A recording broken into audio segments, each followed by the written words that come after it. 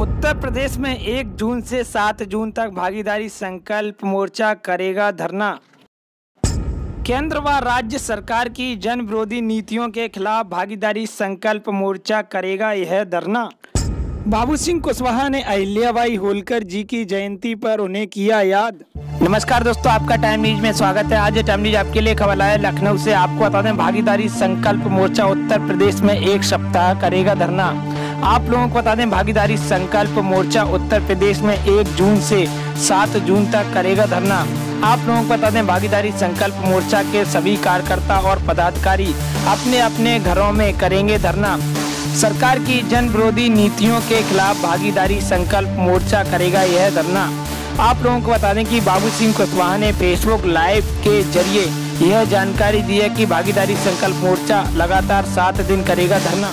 चलिएगा, भागीदारी संकल्प मोर्चा की पार्टी जन अधिकार पार्टी के राष्ट्रीय अध्यक्ष बाबू सिंह कुशवाहा ने फेसबुक लाइव के माध्यम से क्या कहा, चलिएगा आप लोगों को भी सुनाता हूँ।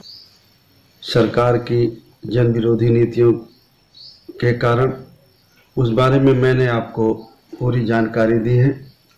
मुझे पूरा भरोसा है कि जो हमारे भागीदारी संकल्प मोर्चा के साथी हैं या जो हमारी पार्टी जन अधिकार पार्टी के साथी हैं और सभी पार्टियों के साथी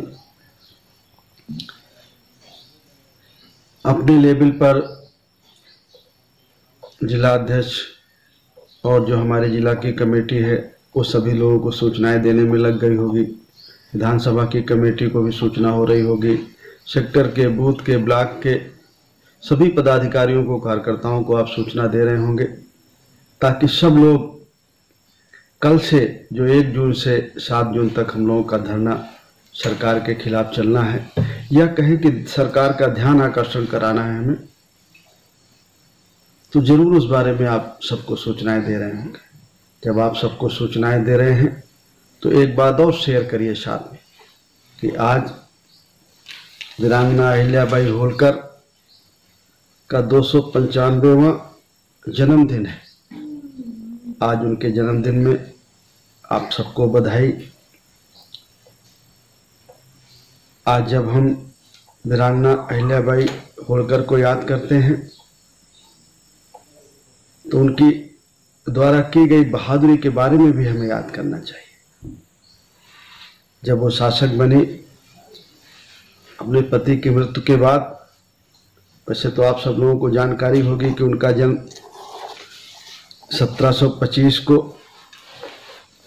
महाराष्ट्र के अहमदनगर में एक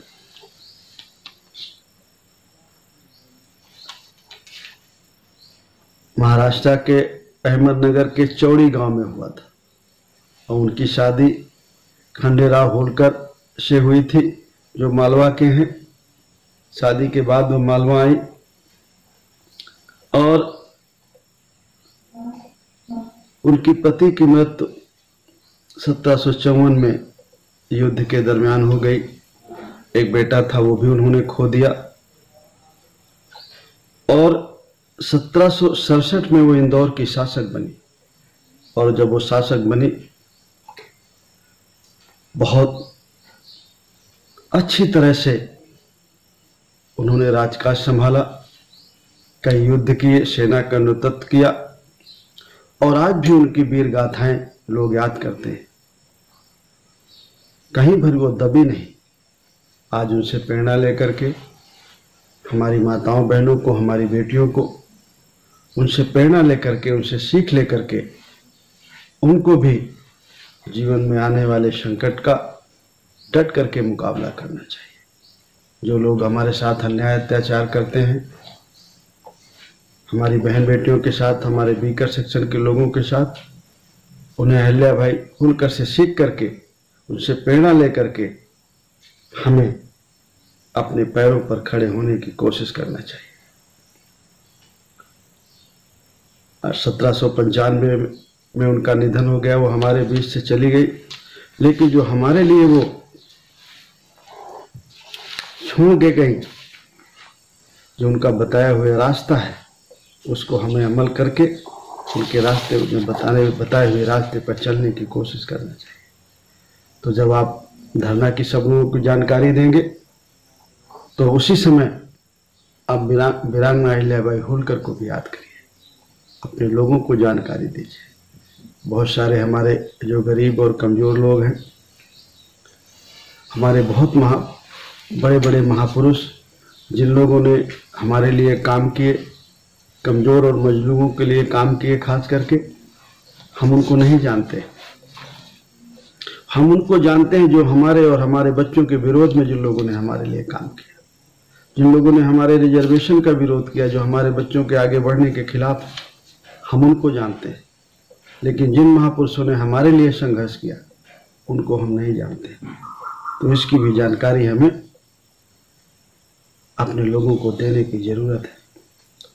पुनः आपको वीरांगना अहिल्याबाई होलकर के 295वां जन्मदिन के मौके पर आप सबको बधाई, इस आशा और विश्वास के साथ कि कल जब आप 1 जून से 7 जून तक धरना देंगे, सरकार के बनाए हुए नियम का पालन करते हुए, फिजिकल डिस्टेंसिंग का पालन करते हुए, तो ये सारी चीज़ें जो मैंने आपको फेसबुक में कही हैं, जो हमारे ऊपर अन्याय अत्याचार हो रहा है, जास्ती हो रही है, जो मजदूर के साथ हो रहा है, जो किसान के साथ हो रहा है, सबके आप इनकी चर्चा करेंगे।